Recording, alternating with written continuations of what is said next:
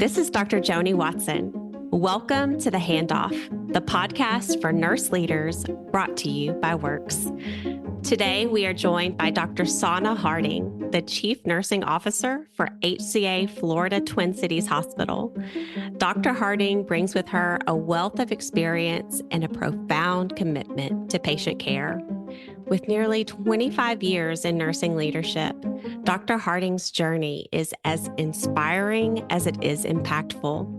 Before stepping into her role as CNO in February 2022, Dr. Harding served as the Assistant Chief Nursing Officer at HCA Florida Ocala Hospital, where she will return as Chief Nursing Officer in April of this year. Her dedication to nursing leadership extends far beyond titles. Dr. Harding's career has taken her across the country, where she's worked as an interim director in hospitals of all sizes. Dr. Harding's passion for nursing and patient care goes beyond the hospital walls. She holds a doctorate of nursing practice from Chamberlain University College of Nursing and has made significant contributions to the field. But it's not just her professional accomplishments that define Dr. Harding. She's a firm believer in the power of storytelling in healthcare, understanding its role in shaping culture and enhancing the patient experience. Today, we're discussing this very topic with Dr. Sana Harding. From her extensive experience to her humanitarian efforts, Dr. Harding's insights promise to be enlightening as we explore the value of storytelling in healthcare and its impact on moving culture forward towards positive patient experiences. So without further ado, let's welcome Dr. Sana Harding to the show. Sana, thank you so much for joining us today. Oh, thank you for having me. This is a real pleasure and an honor. Absolutely. I have been looking forward to our time together since we first met and you shared some of your journey and your passions for storytelling. It's hard to shake some of it out of my mind. Honestly, you tell stories so beautifully. And first, for our listeners, can you share with us how your nursing leadership journey sort of pulled you along and influenced your career trajectory? Absolutely. I never thought I was going to be in nursing leadership. I started nursing school when I was in high school. And, I really never thought that I would be in nursing leadership, but the opportunities just presented themselves. I actually had a night shift charge nurse role as my very first position. And who would have ever thought that straight out of high school? And then I was there for several years in that role. And the director of nursing position opened. And I thought, why not? And I've always been an early adopter of change. And I wanted to be able to influence practice for the teams that I worked with. And so when opportunities came open, I would just take those opportunities as they would come and say, yeah, let's not wait for someone else to do this. And, I've had the privilege of being in positions where I've had great nursing mentors in leadership, and I've learned a lot from them. And through their mentorship, it's really trained me to be the nursing leader that I've wanted. On the other hand, I've had nursing leaders that I've seen that have not been so effective. And I've learned from them as well of what not to do. But, just going along that path was something that really kind of came natural. That's amazing. And, it's equally important to know what you don't want to do in leadership as much as what you do want to look like in leadership. So both valuable experiences. I love your perspective of let's not wait for someone to do this. That's really beautiful. I hold that thought as well. I kind of call it caulk leadership. Like you just see the gap and just fill the gap. Let's not wait. We can get it done right now. So that's beautiful perspective. When we've talked before, you've really emphasized the power of storytelling in patient care. So, tell me, why are you so passionate about this and how has it shaped your approach in nursing leadership? That's a really good question. And, as a nurse leader, we have to give a lot of directives. And sometimes that message may not always be easy or a popular one. And so I have found over the years that if you find a message or a story that you can relate to why that change is so important and share that background of maybe stories that apply to that. It's easier for the staff to understand. And, I had an opportunity as a very young nurse to hear a seasoned nurse share her stories, and it left a lasting impression on me. And I thought at the time, if I'm ever in a position to lead others, I really want to cultivate that skill and use it to influence others. And I think I've been able to do that with the different teams that I've had to jump in and lead and manage many, many messages on different levels.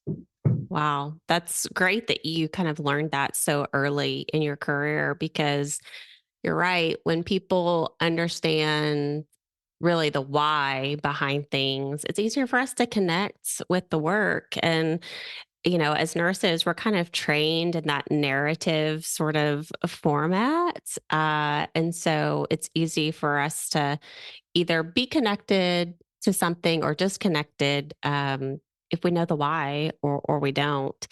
One of the things that I really love about you is you've shared with me previously that you're quite involved as new team members are being oriented and onboarded. And so when you begin orientation with a team as a chief nursing officer, which is so important, by the way, so thank you for doing that. You really share the why behind the work.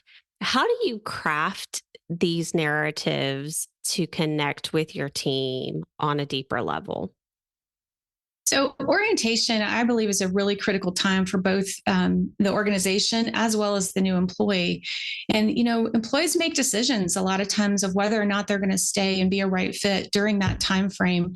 So, the culture of the organization has to be strongly emphasized, and leaders need to share why they love doing what they're doing and why they, feel the work they're doing is impactful. So sharing stories and telling my why with them allows them to understand our expectations, but also right from the beginning, they know the culture is being set by that leader, which is me. I'm there in that front line. And also, so they know that they're supported in coming into a great organization. And I think that is vitally important. So I craft those narratives to share stories about my work, my background, my family, because we all have healthcare and we've all interacted in some way. And so if you can relate differently through a story, I think people really take away something different than just me sharing a list of things that they must accomplish or do while they're in here. Yeah. Can you give us an example of maybe one of those, you know, s- power of narratives or storytellings? I mean, you mentioned, it helps people coming into your organization both know you, but kind of understand the culture before they even start working. Give us an example of what you mean by that. So my why really, and I shared this story with you before, but it's so Yeah. impactful because patient experience is so important for me. And the work that we do in a hospital, it's all about patients. Everything that we do, the patient is at the center. So, for me, January 13th, 2014, my life really changed. I had been in healthcare for such a long time. My husband had been working in, not in the healthcare field. And in the early 2000s, the economy took a turn. And so he ended up coming to work in the hospital where I worked, went on and got his lab degree, became a clinical research biologist. And so we knew a little bit about healthcare. Yeah. And we'd worked together for several years in that same hospital. But on January 13th, 2014, our lives changed. So I came home from work. He came home from work. We had dinner and we just talked about our day, usually under normal circumstances. But this evening, I noticed he was kind of not himself. And so, 41 years old, you don't think too much about it. You just kind of let him go Yeah. rest for a little bit. But I went back to check on him and he was laying in the bed. And I said, "Are you okay?" And he said, "Well, I'm just not feeling really well." And so I didn't think too much about it. I went back out to the kitchen and just a few minutes later, I heard him come out and I heard him fall to the ground. And I went out and there's my husband, 41 years old, laying in the living room. His hands are clutched across his chest. He's gray. He's diaphoretic. He is obviously having Yeah. some type of cardiac distress. So I did what a nurse does that lives close by the hospital. I grabbed him up, took him to the hospital. I took him to my hospital. I took him to my team. I took him to people that I knew and was very comfortable with. And I handed him off to a team of people that I had trust in. Um, everything kind of changed over that course because they did all the tests, they did the procedures, everything came back normal. And so I was there waiting and watching and involved with all of this, but there was no real answer for me because we didn't really know what was going on. Everything came back fine. After a while, they told me to go home and get some rest. They thought it wasn't cardiac because all those things came back clear. Yeah. And so I went home reluctantly, but I felt like I was leaving him in good hands, and I was. But I got a call about 5:30 in the morning. I maybe had been home for about 2.5 hours. And it was an ICU nurse, and Mark was not in the ICU when I left. And she said, you need to come in right away. Mark's his levels came back. They're extremely high. We're taking him to the cath lab right away. So I rushed back to the hospital, and I got to the hospital and went to the waiting area. Now, I remind you that I know that hospital. I know the back halls that the doctors walk down. I know where they sit. I know where they read those caths. I know what goes on during that situation. Yes. But in that moment, I was not a caregiver. I was not a nurse at that hospital. I was a family member who was very scared. I had questions and I had concerns. And just, within an hour, the doctor came out and said, your boy dodged a bullet today. He had 3 vessels that were 99% occluded, 95% occluded. Goodness. And we didn't realize it because he has this disease called Kawasaki. I had no idea what that really meant. And so it's changed our life. But from that moment in that story, I can tell you that I've thought through this differently because our patients come in scared. They don't know that hospital. They don't know the language that we use. They don't know that where the doctors sit. They don't know what goes on in that cath lab. And I thought, how much more do we have to build that trust? Because I know it. Yeah. And I still had questions. I still had concerns. So we have to think, what does it feel like to be on the other side of that bed? And how do we have to talk to that patient and understand what they're going through?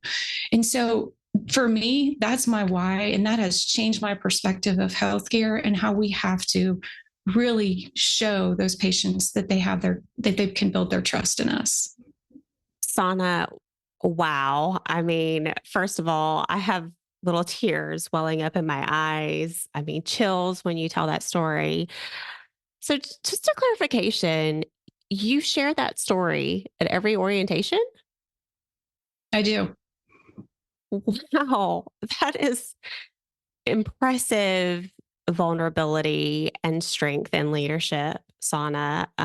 Because I mean, I'm a nurse of 21 years, and I too can imagine myself knowing the back hallways and where the cardiologists sit to read and, the movements that team members do. So as you're describing that story, I mean, obviously it resonates with me. And so, yeah, I can absolutely see how that would sort of set the tone for who you are and the kind of culture that you expect and want in your hospital. And so it definitely shifts, I think, the way that our relationships are formed. And so it's really interesting because sometimes in my leadership, I have struggled with like the vulnerable side of myself. Like, how much do I share? But knowing how powerful it can be and the authenticity that it brings to my leadership. I'm wondering, from your perspective, what do you think about the balance between vulnerability and storytelling and maybe its effects on retention and outcomes within your team? Like, did you just start telling this story immediately? Did you have to process through it? I mean, when did you get to a point where you realized, you know what, this is a part of my story and my why, and I want to share it? So I really didn't realize the impact that this was going to have until I began sharing the stories. And I was working in a really large hospital, and I didn't have the opportunity to connect individually with all the nurses that reported. But we had an initiative because our patient experience was not where it needed to be. Yeah. And I thought, we have to tell the story differently because we talk to the staff and say, you have to make them happy. You have to make them feel like they want to be here. And you share all of those things, but we were not changing our outcomes. And so I made it an initiative to do a presentation, and I had all of the nursing staff attend. And I thought, how do I get a message to them to really be impactful? And so I thought, no, there's no other way than to share my why. And if I was in the situation, or if they had a loved one in a situation, how would they feel differently? And so as I began to share, it was obviously a bit of emotional for me to be able to share that story because of all the things that we've gone through with my husband's health. And some of it wasn't easy to tell, and it brought back a lot of memories. But as I began to open up a little of my personal life, sometimes as leaders, we think we have to be stoic and strong, but in the end, everyone has issues and hard times that they're going through. And I remember the very first time I presented that story, and, people are there all like, here's another meeting we have to attend, and, we're going to hear the same old stuff. But as I began to share that story, the room stilled. And everyone focused on me like they had never had before. They were direct eye contact. They were sitting up, they were listening, and they actually heard me and saw me as someone vulnerable and as someone that they looked at differently. And I think I held over 30 different classes to ensure that I had all of the staff. And after every meeting, I had several of them would stop me and thanking me for sharing that story. And some shared, I've had similar situations, or I've gone through things and no one really seemed to understand. And I noticed a difference in that connection with the staff after that, because I think they saw me as someone human, someone that was real, and someone that was there more than just telling them what to do, because there was a reason and a why behind it. And I think it was a year or so, even after we first started, I would have staff come up to say, how is your husband? How's he doing? And it made an impact. Wow, Sana, that is absolutely beautiful. Thank you for walking us through that. I mentioned in your intro that you have kind of lived all over the United States, but I know that you came from a smaller town, and you've actually lived and worked in the Compton, California area, and so you have been in a wide variety of places. How have you adapted your leadership style to meet the needs of different communities as you've transitioned in leadership? I've always been adaptable. I think that's one thing that is a skill that I have in leadership, but it doesn't matter where you work. People are still people. You have to connect with them in the same way to understand what their needs are. And obviously every community has its own needs, and staff in each of those areas have their own needs, but it's all about connection. It's about getting out there, being visible, sharing with the staff, talking with them, and just being genuine. And it has, everywhere that I have been, I have loved it. It's been a challenge in different ways, but I have found something positive to either take with me from leadership or something that I have given to them as I've been there. And so my style is really just, I have got to know the people that I'm working with and meeting them where they are. It warms my heart, Sana. I mean, people first. That's what it's about. It really is. So, and people are amazing when we get to know them and when we get to take care of them. So that's absolutely beautiful. Now, you've witnessed all throughout your career as you have been a storyteller, the impact of simply listening to patients and their families. You had a sort of seminal event that really kind of shifted your focus. Can you tell me, do you have any other experiences where listening, which seems really simple in today's age of work and care, where listening made a significant difference in either your perspective or a patient's experience? I have many, many examples, but there's two that really stood out to me. And one, it was related to my husband, because we had been in and out of the hospital over and over with this. He's now it's a chronic issue for him. And, chest pain is real every day. And it's very difficult sometimes to know when to go to the hospital. But every time we would go in, it seems like we were either go through a process that was long and drawn out. And, when you're having chest pain, you want it resolved and you want to work through it. And I understand there's there's questions that have to be asked because, chest pain is taken very seriously, and I understand that. But I remember many visits to the hospital, but one in particular really stood out to me. And you heard me say that we traveled and been all over, but we were out in a very small little town in California, and Mark woke up with chest pain in early morning, and it was one of those times where we had to go to the hospital, and he dreads every time. And I don't talk about it often, but we had a significantly different approach this one morning when we went in, shared what was going on, but the nurse stopped like within the first 3 minutes of triage. And she said, "Is there anything that I need to know about your health history that would impact your care today?" And I almost came to tears, because usually it would take about 2 hours before we could get to the point where we could really find a solution. Yeah. And I began to tell her the things that didn't work and what did, and just shared his history. And within 2 hours, we were actually walking out of the hospital. What? And that was so unusual. And Mark has responded. He's like, "Maybe we should live in this little town because they seem to care." And I thought how impactful that was, because it's such maybe a small thing, but it changed the trajectory of our care for that moment. And it was so huge, but it was just 2 minutes. It changed in 2 minutes. But so that was one personal one. But one that really stands out to me that kind of tore at my heart very much is, I worked in a hospital for 14 years, same facility. And we had a patient that came in over and over and over. Yeah. And the staff were very frustrated because he would have the same issues.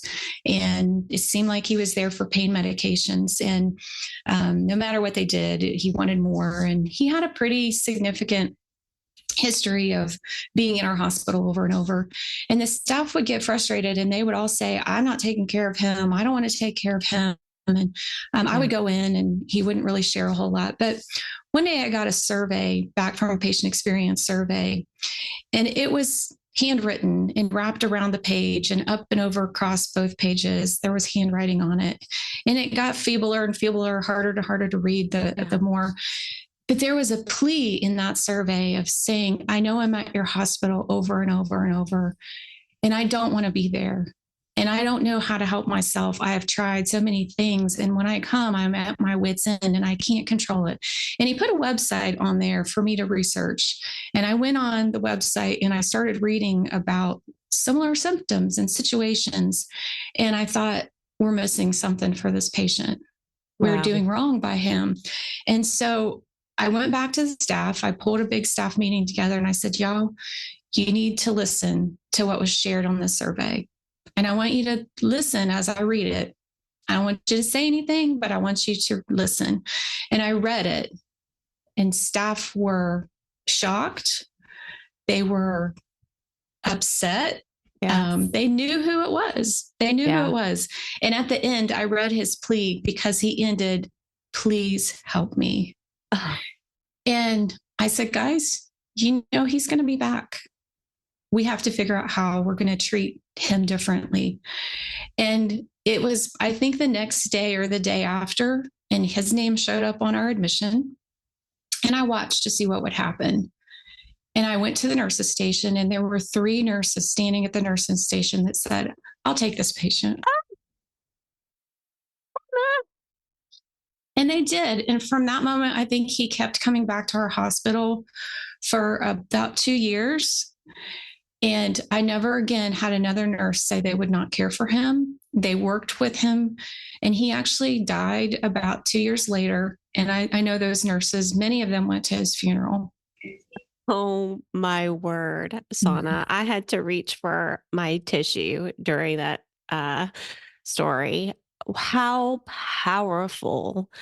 And to hear it straight from our patients, I mean, that's a great example. And, a lot of those surveys we get back electronically now. And so oftentimes we don't even share some of that information with the frontline team members. But what a beautiful opportunity that you paused and listened, and then you gave the team the opportunity to listen as well. and that they were moved into action. I mean, that's literally the definition of compassion.